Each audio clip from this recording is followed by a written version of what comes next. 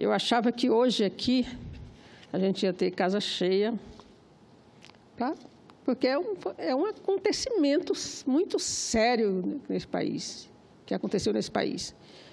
E as pessoas têm o direito de ser contra e de estar de um lado ou estar de outro, mas tinha que estar aqui. Esta casa está indiferente, parece que não aconteceu nada. Eu peguei o Jornal do Senado de hoje, fiquei estarrecida. Não tem uma linha no Jornal do Senado de hoje. O que é isso? Que casa é essa? Que casa legislativa é essa? Né, que vê um acontecimento daquele e não dá uma nota. Se posiciona dizendo que vai fazer o debate ou qualquer coisa assim, porque tem um artigo da Constituição em risco, sendo adulterado por um poder que não tem a competência para isso. E nada, nenhuma linha. Né? Então, quero aqui fazer este registro. Mas quero também dizer que eu acho muito sério, né?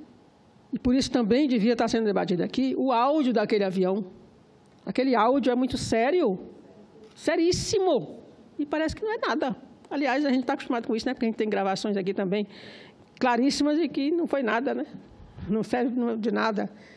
Né? Então, aquele áudio, aquele rojão que quase atingiu o helicóptero, significa que permitiram que os que são contra Lula chegassem muito próximo, porque os que eram a favor de Lula estavam lá longe, gritando o nome dele, e não chegaram perto.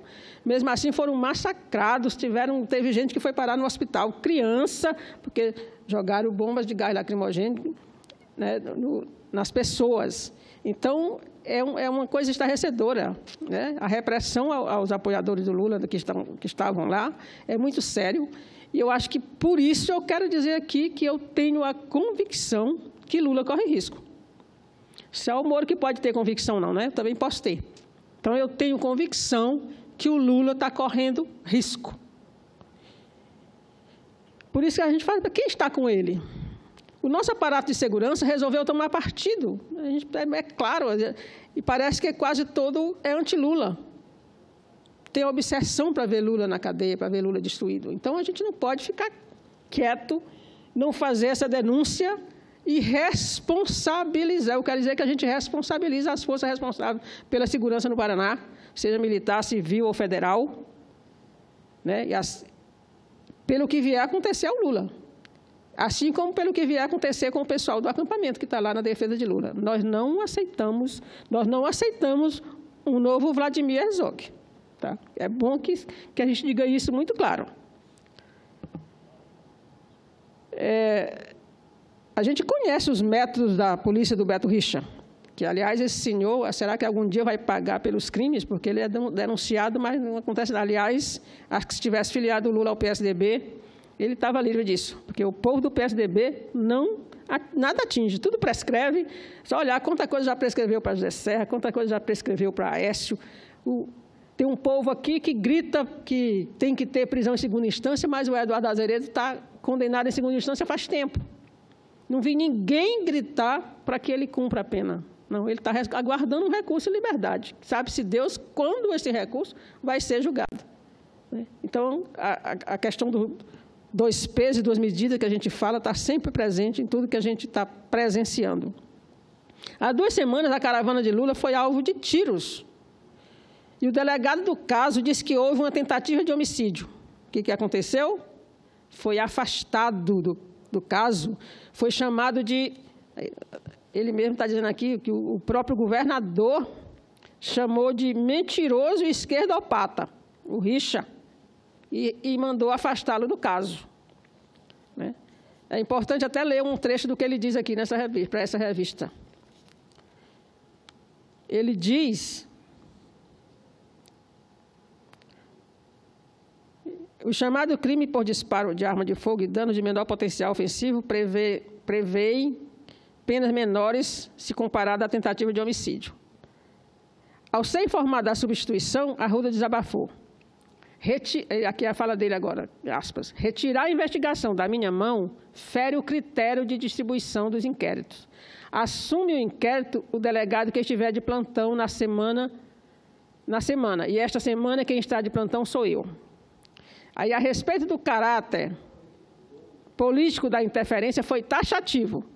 É claro que tem razões políticas, isso é o delegado falando. não gostaram das declarações que dei sobre como vejo o crime. Foi uma tentativa de homicídio. Ele diz claramente, foi uma tentativa de homicídio. Por quê? Porque estamos diante do que se chama dolo alternativo. Quem atira contra um ônibus está querendo matar alguém. Não estou dizendo que era para matar o Lula, mas quem faz isso, atira em um ônibus, quer sim matar alguém.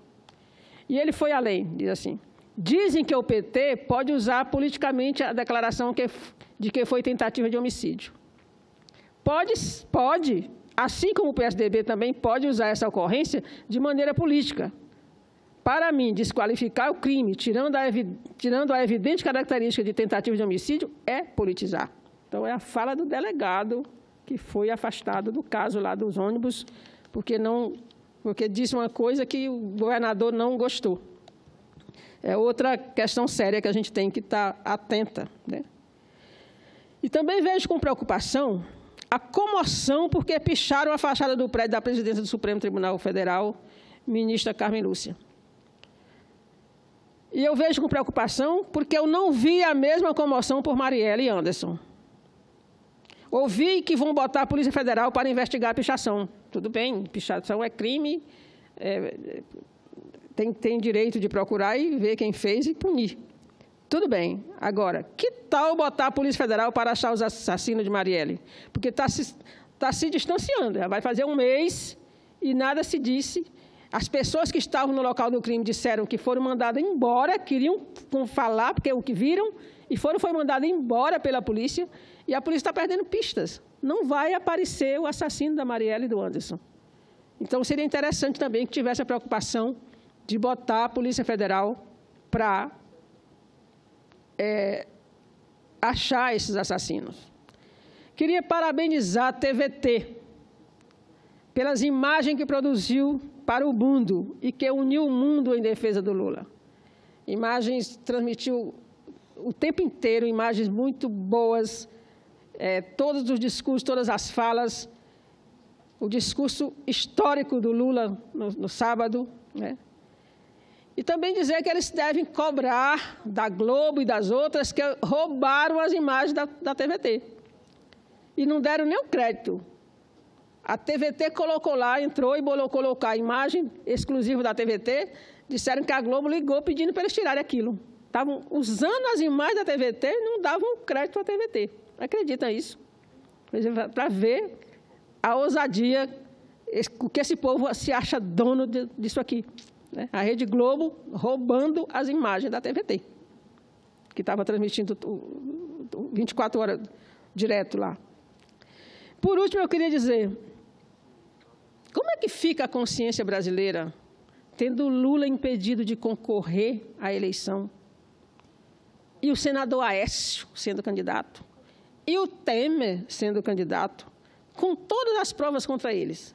Ou será que mala de dinheiro não prova nada, como disse o delegado da Polícia Federal, o diretor, que foi diretor por pouco tempo, disse que a mala necessariamente não prova nada? Ou será que gravação não prova nada? Gravação do senador Aécio dizendo que manda matar se virar delator. Outro que disse que não pratica crime não, só traficava. E fica por isso mesmo, ninguém diz nada. Pessoa num telefone que diz essas coisas, se fosse uma pessoa do PT, já tinha sido cassado o mandato, dissesse uma coisa daquela. E aí vem a pergunta, cadê as provas contra o Lula? Cadê as provas de que aquele apartamento é do Lula? Um apartamento que está no nome vai a leilão agora, o dinheiro vai para a OAS. Que história é essa? O Moro ouviu quase 80 testemunhas nesse processo do apartamento. Mais de 70 inocentaram o Lula.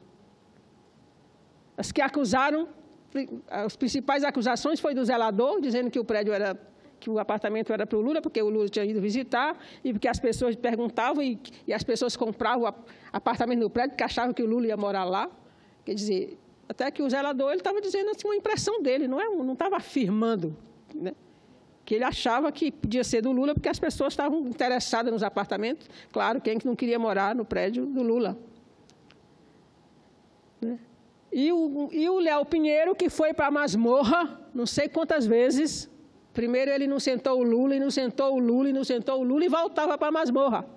Aí, claro, porque só ia valer o depoimento se ele acusasse o Lula. Aí ele resolveu acusar. Um dia ele vai contar essa história, porque eu não acredito que ele vai morrer com isso engasgado. Ele vai te contar, ele vai dizer isso, nem que seja num livro de memórias, ele vai fazer isso.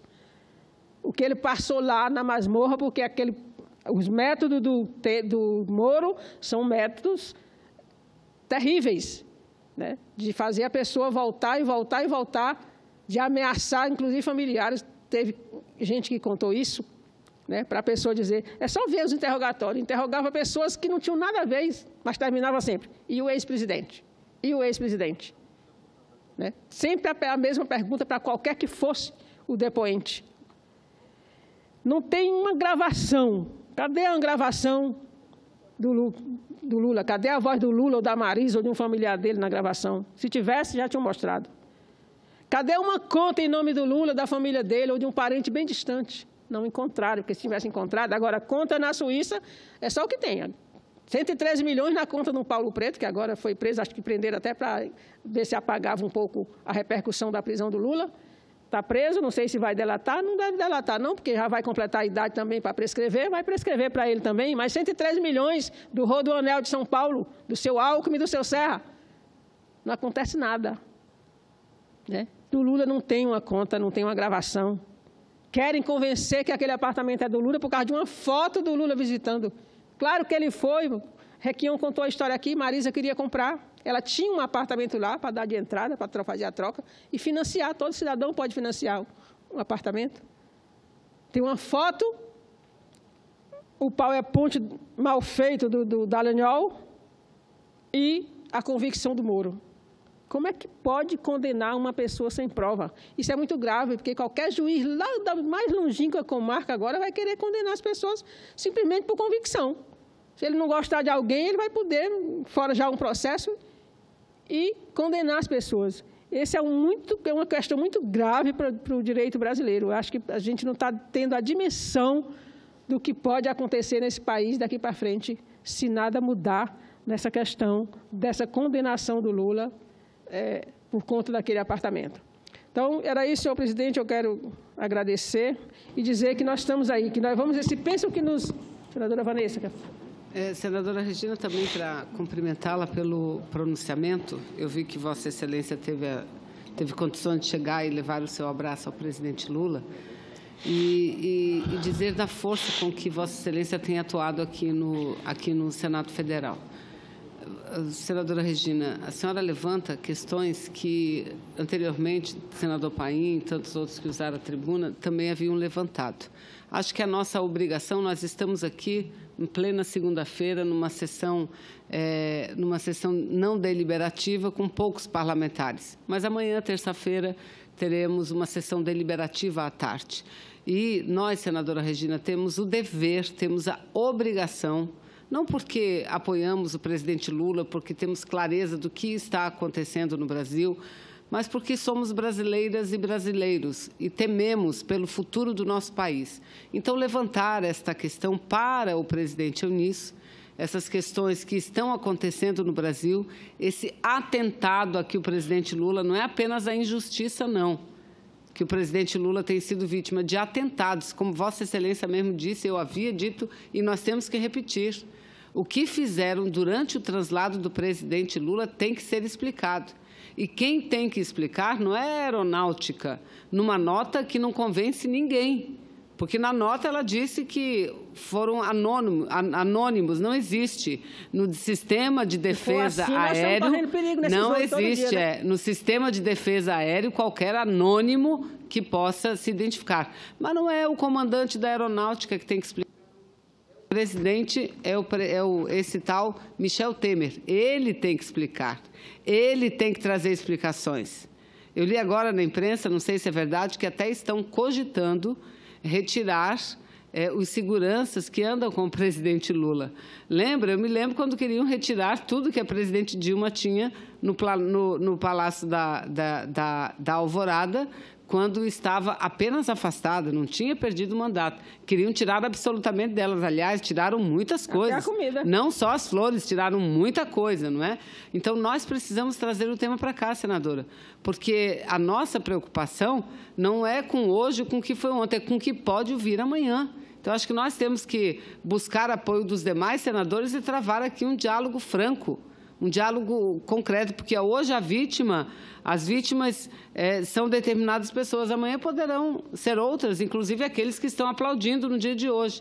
Então, amanhã, eu acho que nós temos essa obrigação, já na sessão deliberativa, senador, na presença do presidente Eunício, solicitar dele, como presidente do Senado do Congresso, porque ele não é apenas presidente do Congresso, do Senado, é presidente do Congresso, que tome providências, que solicite informações verídicas e questione a presidência da República que providências estão sendo adotadas para garantir, para não permitir com que isso se repita e garantir a própria segurança do presidente Lula. Então, cumprimento pelo pronunciamento, senadora Regina.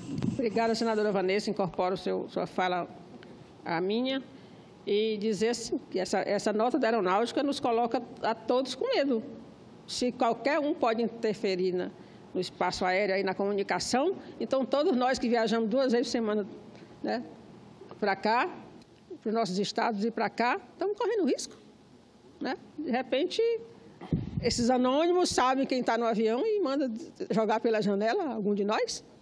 É isso que a gente vai ter que engolir? É um absurdo tamanho, devia ter ficado calado, é melhor não ter soltado nota alguma. Né?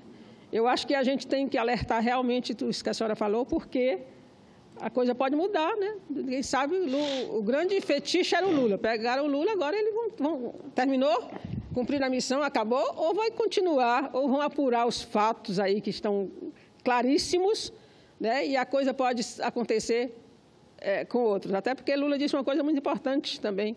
Um dia nós vamos ter juízes, desembargadores, procuradores, filhos da favela, porque ele propiciou isso, de colocar as pessoas na universidade. Então, esses meninos e essas meninas vão, um dia, também ser juízes, procuradores, desembargadores, ministros do Supremo, e a coisa pode mudar. Então, é preciso que a gente esteja atento a isso. Muito obrigada.